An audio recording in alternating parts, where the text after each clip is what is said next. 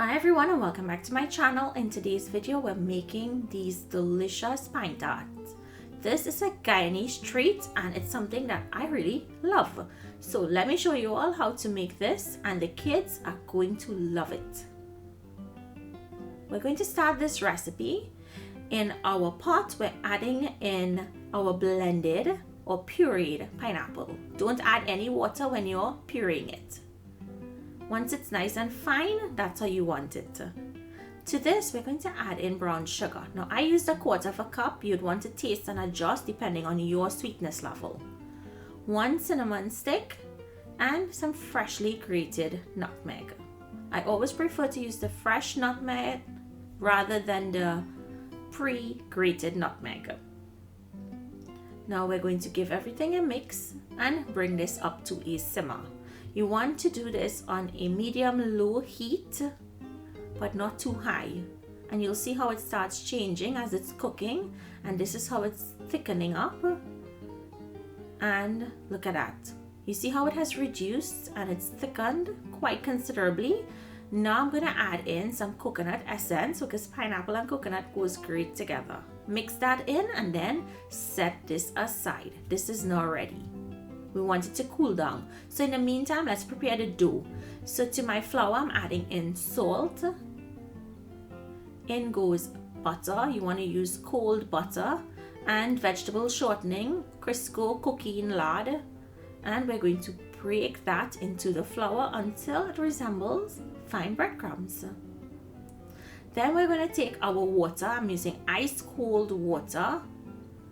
And a few pieces of ice dropped in there, but that's okay. It's going to melt out while I'm kneading it. And you're going to add the water a little at a time and squeeze as you're adding it. Now we're not kneading this, we're just squeezing.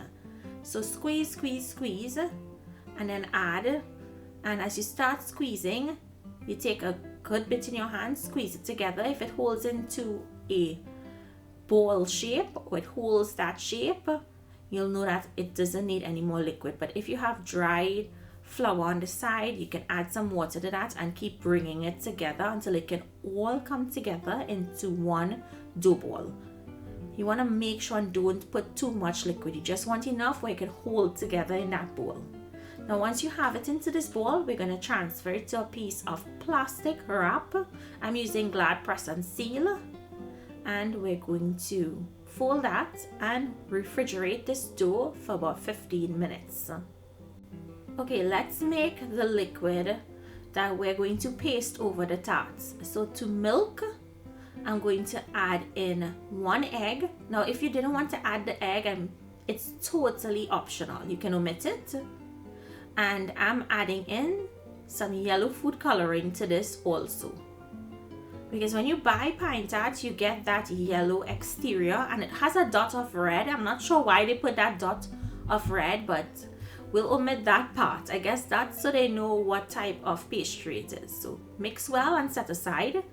Now your dough should be ready. We're going to go ahead and open it out and place it on a floured surface.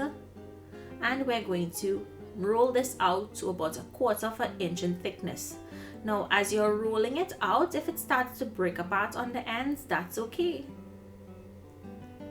You're going to roll it out to the 1/4 inch thickness, and then we'll take, I'm using a cover, you can use a big cookie cutter. I'm going to cut out my circles. Now, this is not the size that I want. I actually want it bigger than this, so I'll show you all how I get bigger circles. So we're going to cut out the size that I have. This is about 3 inches in diameter, so we'll remove the circles, set them aside.